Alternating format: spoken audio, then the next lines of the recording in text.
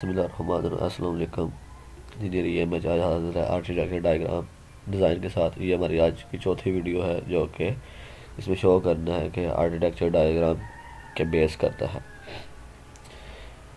पहले हमने use case को डिस्कस किया, फिर सीक्वेंस डायग्राम को डिस्कस किया,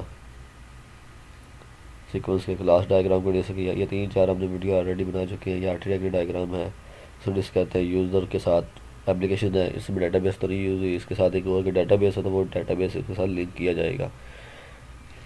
जब डेटाबेस के साथ लिंक किया जाएगा तो ये किस टाइप की डायग्राम है इसको हम देखते हैं।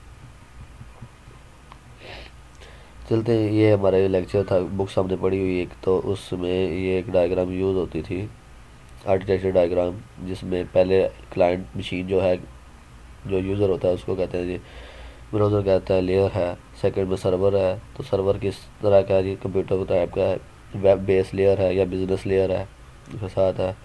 फिर आगे डाटाबेस है, जिसके डाटाबेस के साथ प्रोजेक्ट के साथ लिंक की होती है, तो डाटाबेस है तो उसमें कौन सी है जी डाटाबेस सर्वर है, उसमें लेयर यूज़ की जा रही है।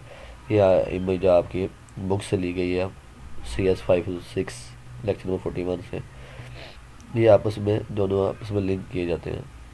इतनी ज़्यादा है नहीं, कॉम्प्लिकेटेड नहीं थी, ईजी डायग्राम आर्किटेक्चर है, जिसमें 3 टाइप के होते हैं कि लेयर के साथ कंपेयर करना, कौन फर्स्ट लेयर वेब लेयर कौन सी है, बिजनेस लेयर कौन सी है, डाटाबेस लेयर कौन सी है। आई होप सो कि आप अंडरस्टैंड किया होगा। चलते हैं चैनल के प्रमोशन की तरफ। अगर ये आपने चैनल पहले से ऑलरेडी विजिट किया, सब्सक्राइब करें, बेल आइकन क्लिक करें, लाइक करें, शेयर करें और मैक्सिमम लोग इस तक मुफीद फ़ायदा हासिल कर सकें। ओके, अल्लाह हाफिज़।